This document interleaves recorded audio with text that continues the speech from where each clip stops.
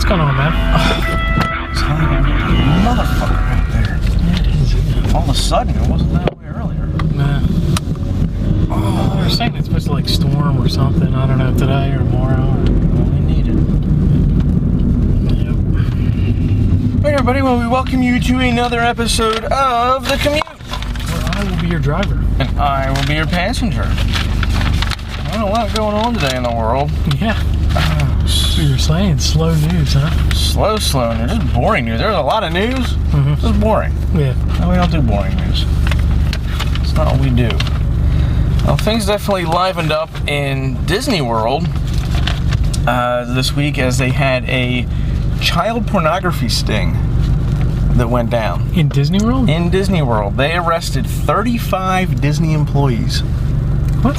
On this, 5 Universal employees and 2 SeaWorld employees. You still going down there? Hell yeah. They're molesting kids, not I adults. cleaned about. But they had either, people who were 18 or over that can pass as younger kids, that whole thing, dress up as kids. They also had parents pretending to be trying to rent out their kids to these people they suspected. They said they've been checking people out there since about March as the FBI, and ones that they thought, I guess would bite it, they tempted or tried to meet them and things like that. Since March, they have investigated 70,000 employees, which Disney said is normal. They said they're always, checking up on their employees to see what's going on. But, because they don't, God forbid, they don't want that to happen. On these people, they found, of those 42 people, 32 have already been convicted. They found on them in the park guns, candy, drug paraphernalia, alcohol, and Happy Meals. What? Guess they lure them in with Happy Meals. But candy just isn't good enough. Where the hell do you store a Happy Meal? I guess you come in with a bag, like through the tunnel or wherever the hell they enter from. I don't know. I guess they don't search you, or Happy Meal's not going to set off any alarm. Well, they had guns, so they obviously don't. Yeah. You have to go through any metal detectors. What the hell do you need a gun there for? Which they should. I guess the FBI's on your tail. I don't know. Hey, or it could just been these people are also gun lovers. People are with guns. I'll take my gun anywhere. Let's make a U-turn. In the intersection. In the intersection. A 3-point turn, not so much a U-turn. A 3-point turn, and then stop in the middle. Oh wait, is he going for a 4-point turn? What are you doing? Is he going for a full circle? No, just. Wow. Jesus. External cameras coming soon. So Disney came out and they said, look, we do work closely with the police and the FBI on this. Keep in mind, this is only 1/100th of 1,000% of our employees that they've caught. However, they say of their employees, they have movie studios and corporate offices throughout the world. You can dilute those percentages as much as you want. Yeah, we're talking about the parks where the kids go. Like that. Still 35 people. That's a lot of people. And that's just the ones they caught. That was what, Disney World or between Disney World and... Oh, you know what? They didn't say. They just said Disney. So I'm assuming it's focused in Florida because they also brought up Universal Studios and SeaWorld. That's right, you did say that. I don't know if they're all in California too, but if you go, just keep a keen eye on your kids. Yeah. They work there too. I don't know. I mean, these people are everywhere, but were those? I don't know. That's just weird. It's kind of like that To Catch a Predator show. Right. Where they make it out like they caught all these people and they're arresting all these guys, but they really they only through the course of that show, I think they only prosecuted 4 or 5 guys. Well, they said that 32 of the 42 have already been convicted. So. Yeah, and who knows? I mean, they could have had priors where you're not allowed to be around kids. That's probably what it. I don't know. And then hired by. Here's another one. Let's make a fucking U-turn. Go ahead. I gotta have you out of the way. Well, take your time when you do it. Oh, he's trying to park. Oh my God. Wow. That's great. Oh my God. Getting us out of the city. Alright, so let's see what happened this day a long, long time ago. Or a few years ago. July 23rd, 2007. Honda produces the 6 millionth Civic in North America. And here we are. There's one. There's one. See, we're surrounded by them. Well, they are good cars. They do last. Yeah. Well, if they last so long, how did they make 6 million? I don't see 6 million of them driving around. Yeah, where are they at now? Well, that's pretty cool. July 23rd, 1967. A 4-day riot begins centered on 12th Street in Detroit. 43 dead, 342 injured, 1,400 buildings burned. Holy shit. That's in 67. Police raided an illegal after-hours club that was hosting a party for veterans who returned from Vietnam. A crowd formed outside the club as police waited for paddy wagons to arrive to take the 85 patrons to jail. After an hour, 200 onlookers began to throw bottles at the police, who fled as the riot began. Wow, looting and fires began. Firemen were attacked as they tried to fight the fires. What are you fighting firemen for? They were shooting at them and cutting their hoses. And... God, they wanted the city to burn. Yeah. The mayor called in the state police, but the riots had spread to a 100-block area. Holy shit! You imagine what a scene that would have been from above? It would have been just crazy. I mean, you couldn't even comprehend. 100-block area. Jesus. Yeah. National Guard arrived by the evening, but the riot continued to grow. 5 dead and 1,000 arrested in the first day alone. Man, I think they're going for 4 days. 16 were killed by police and National Guard as firemen were shot and their equipment damaged. President Lyndon Johnson sent in 2,000 Army paratroopers who patrolled the streets and tanks and APCs the next day. Wow, you imagine? Yeah. Just seeing, like, warfare. Yeah. There's just tanks rolling down the street. Wow. I never heard of this. You would think this would be a bigger deal. Even when there's other riots, like the California riots, and you think they would mention this or bring this up. This was the 12th Street riot was the largest in America in 100 years before that. Wow. I bet. 100 blocks.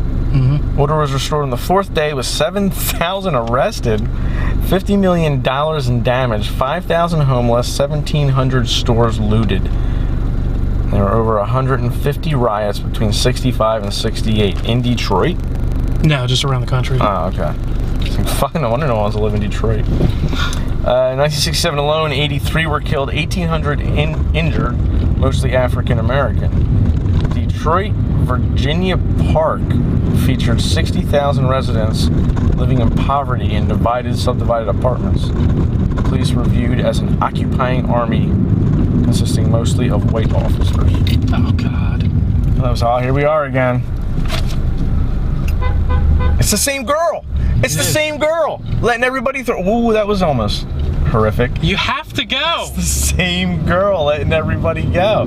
That's a riot. Get it? Riot? Yeah. She's on board. Wow. July 23rd, 1982.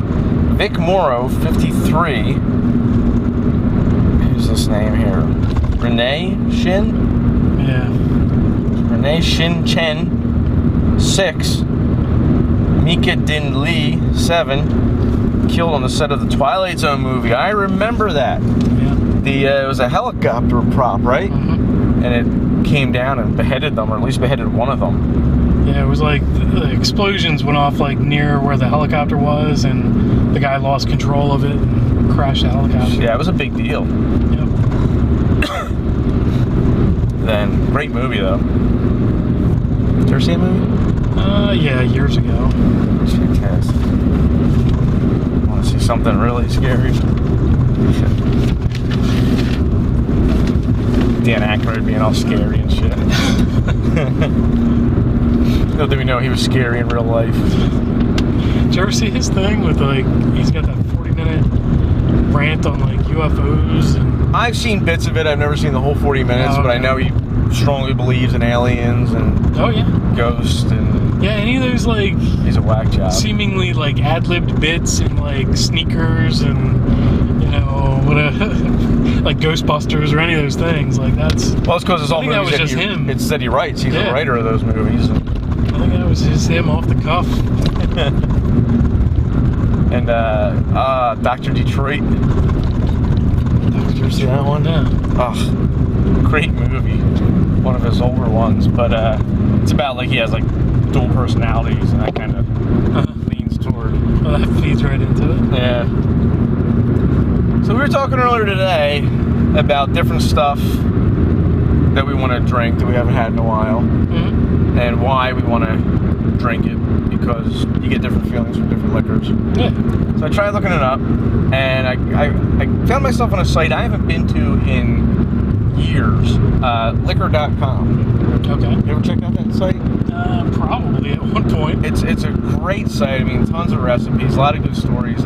It's gotten so much better from what I remember. Basically, before it was pretty much for recipes. You can find any recipe you want for any kind of drink online, and but now it's got stories and they rate different things. It's so deep. The site's really cool. So I saw this one thing. It was what you should drink to help you sleep at night, to help you sleep better. And I'm thinking, well, any liquor is going to help you sleep better. I don't know. I've always heard just the opposite. If you drink before bed, it has just the opposite effect on your body. Well, because you're not really sleeping as much as passed out. It's different. You're not getting the sleep you need to get if you're drinking alcohol. And that's exactly what it was. It was cherry juice. Drink cherry juice, and you will, on average, sleep 84 more minutes a night. Now, granted, if you don't have a baby screaming all through the night, but I guess it puts you in a more sedate, feeling. They said a lot of people use chamomile tea. They said this just blows chamomile tea out of the water. It's just cherry juice. It's good to go. It says 1/3 of American adults over age 65 have insomnia. So you're having trouble sleeping more than 3 nights per week. Cherry juice is a safer way to improve sleep quality than going the pharmaceutical route, given the lack of side effects. Sleeping pills in the elderly are associated with a 4-fold increase in the prevalence of falls. I guess because you get a little loopy,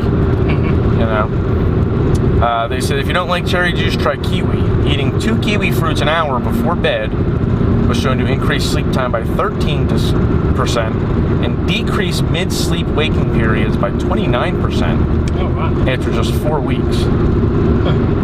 So, let's check that out. It's pretty significant. I mean, shit, yeah, man. 29% more solid sleep. That's my problem lately. Is I wake up a lot. Yeah. Yeah, I wake up a lot too, but mine's external sources. Yeah, I mean, half the time it is with me too. It's either, the big ass dog jumping in and out of the bed, or the kid waking me up because she needs a drink. Hamsters tapping on glass. Hamsters tapping on glass. Little bastard motherfuckers. But yeah, I mean, even before that, I would wake up sometimes too. I mean, I snore, so it's that I'd wake myself up, or my wife wakes me up or whatever. Like if it gets too loud. Yeah, we do that back and forth, me and my wife. Hey, you're snoring. Yeah. Roll over. Sorry. Back over the edge. Yep. So let's talk about the different things we drink and why we like them. I think we can talk about that. So sure. We started off talking about wine.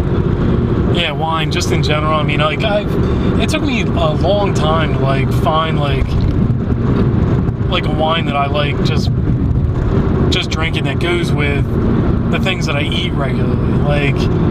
I don't really like sweet wines because that doesn't really go with anything I I normally eat. Unless a dessert. You know, sweet wines are good for dessert. Yeah, dessert but it's... wine, but I'm not... I mean, I like dessert, but it's not like a huge part of my... I'd rather have a steak and a nice and red stuff, wine. anything with like spice and stuff on it, pasta, like I like those kind of things. So, I mean, I finally found the Shiraz or Syrah, those same grape, just different location, and like I just go for those every time now, and like it just suits not only what I eat normally, but it suits like my palate too. Like well, that's me with Cab Sav. I can drink most Cab Savs, and really with anything. Mm-hmm. That Chianti, I like Chianti.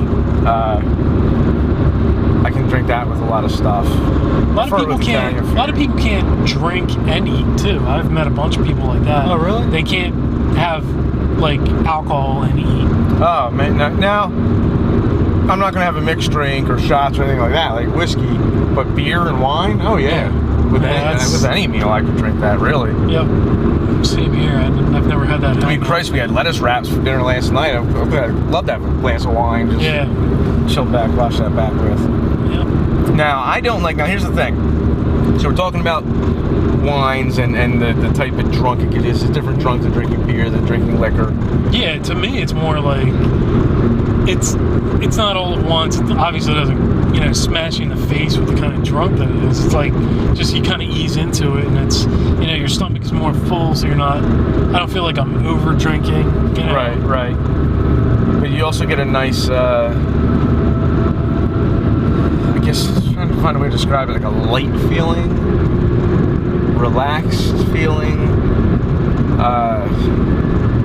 But at the same time, you can just drink wine, just have a great night and laugh and be rowdy too. It just gives you a different feeling. Now, do you like white wines at all? Because I don't. I can't drink any white wine. No, I do. I mean, like, depending on the situation. Is it the same drunk that you get from it?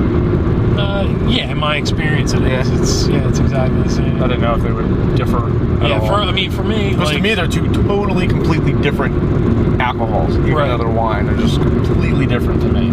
Yeah, for me that all falls into the same category, and even champagne is the same kind of drunk for me. Champagne is the same kind of drink, but that smashes you in the fucking face. It does. You don't gradually get drunk with champagne. No. You drink it, you're fucked. And as of this date, it's the one thing that will get me hungover. Which is weird because like I didn't think the alcohol content in like champagne and stuff was that much higher than in like a wine or a beer or anything else. Yeah, I don't know what it is that. It's because it's basically a wine. Yeah, that is what it is. I mean, there's no. But it's not like, oh well, you just drink too much of it because you're like, no, like one glass. Mm-hmm. And you can tell I'm fucked. Yeah, and I got a headache, and it's crazy. But yeah, so that's my wine stuff. How about beer? What can you normally do with beer? Like for me, I can't drink. I don't think I can drink 6 beer. Yeah. In a night. 6 full bottles or cans in a night. It's like I reached, I used to be able to, but it's like I reached this limit with beer, and my body just does not want me to ingest any more beer. Do you find yourself with that? No, I don't have that You can drink 10 beer. Yeah, I could just keep going through them, depending on how long the night is. I mean, now it's also different.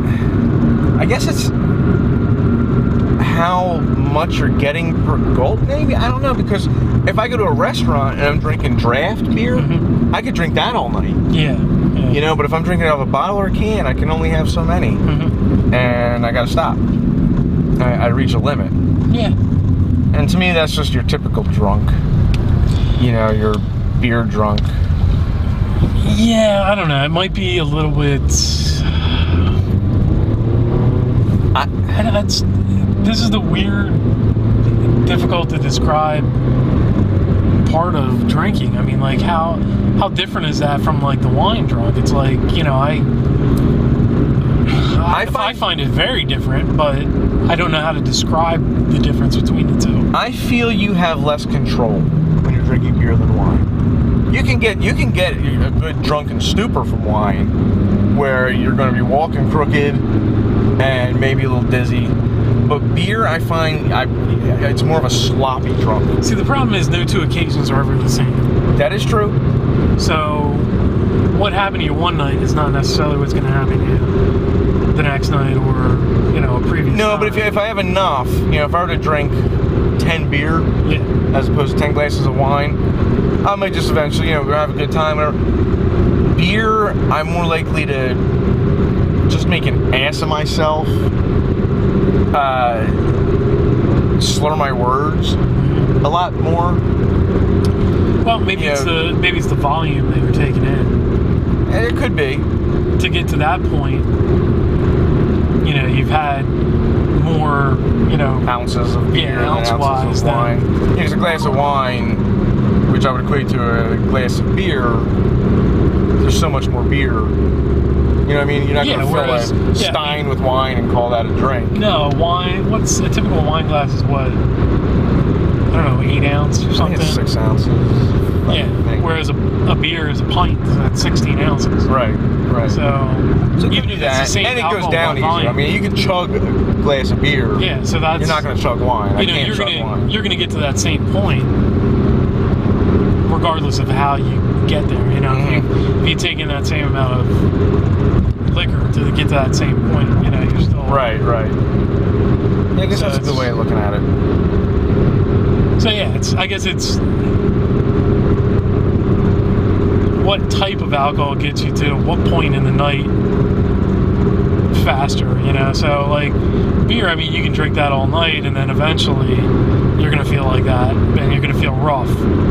But wine, you can drink that all night, and you're gonna have less overall, so you're gonna feel nice. You're gonna get to that nice point and not get crushed by it. And beer is weird where, again, I'm sure it has to do with how much you're drinking and when. You can gradually get drunk on it, or it can smash you in the fucking face too. Yeah. Beer can hit you either way. Depending on how heavy you go at it. So and you gotta eat. I don't care what you're drinking. You gotta have a solid base. Gotta eat. And I don't mean even like a full meal. Like, let's say I already had dinner and you're gonna go out for some drinks or drinking wine. At least gotta have some chips or some crackers. Yeah, some kind of bread product. You want to have something in you. In there to lay down the groundwork.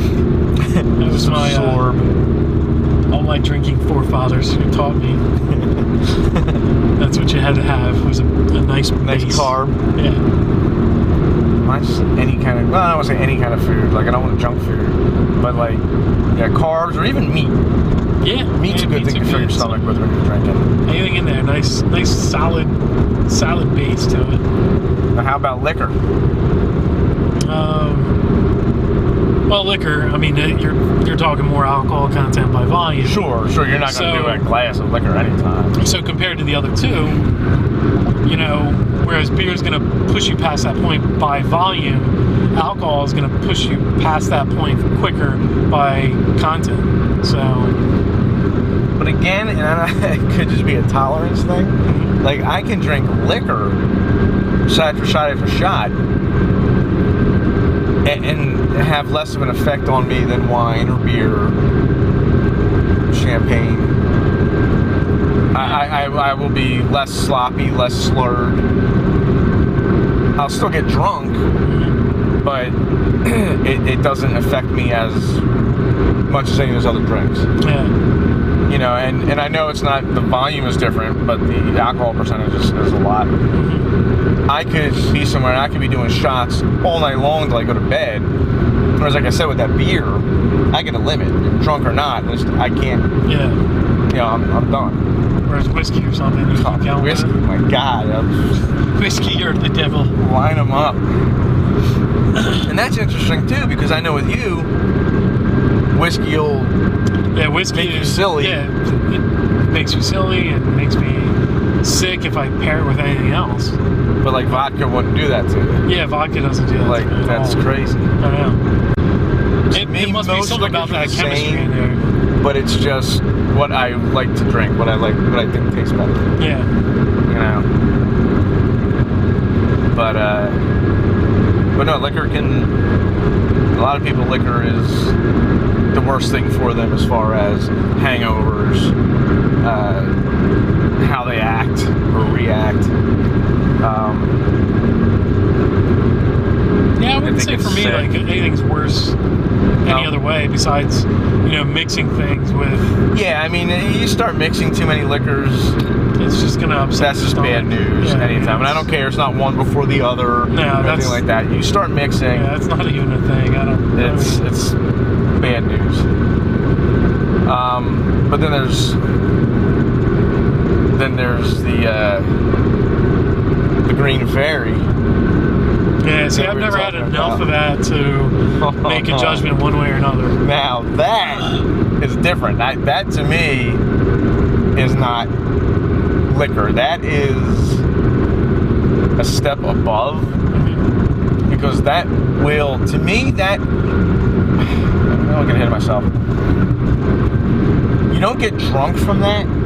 To me, that's more of a high that you get from it. Like, it hits you, bam, like that. You'll do a shot. You can do one shot. If you haven't done it a lot, maybe not, then two. And you're like, oh, wow, I feel kind of, boing, and you're just fucking, you're weird, and you get this feeling in you, like this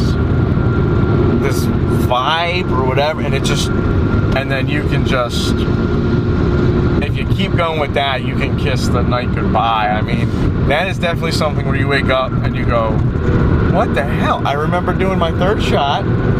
What happened? And then it starts to piece back together, But yeah, well, we'll have to have people write in absinthe night, and then let us know. If you've ever tried absinthe or any what of it's these done things, to you, or anything. Yeah, whatever we're talking about. In particular, I mean.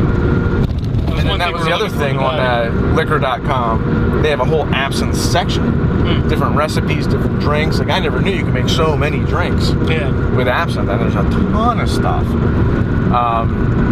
But again, I prefer just to slam it back and let it kick in. And but I've never mixed it with anything, so I don't know.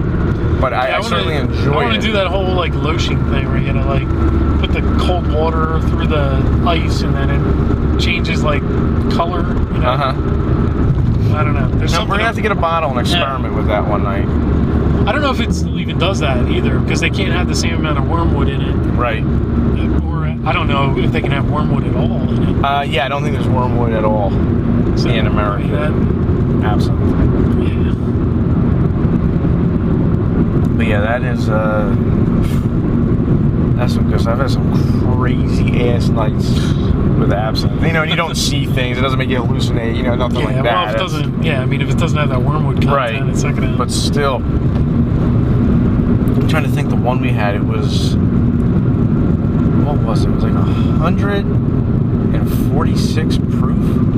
Yeah. Something like that. It was a high proof. And yeah, it's like that. It is Hardy different. 151. Yeah. 151 proof. 75% alcohol. Yeah. Down. Yeah, or just grain. And I have gotten sick from absinthe. Yeah. I've gotten horribly sick from absinthe. And I started throwing up. I felt so bad. I wanted to throw up. My stomach and when I threw it, it was like a horror movie. It was just black coming out of me. I don't know what I ate or whatever, but it was black vomit. Not like a darker color it was black. Like I was vomiting up tar. And it was, but I felt so good afterwards. So good.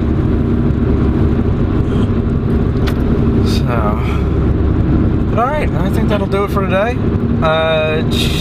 Make sure you like and subscribe on Facebook and YouTube. Send us an email. Let us know your alcohol experiences, what you prefer, why, whatever. Send us an email at the Commute Podcast at comcast.net. Follow us on Twitter at driverpassenger and check out our website, tocommute.com. That's TWOcommute.com. Hope to see you soon.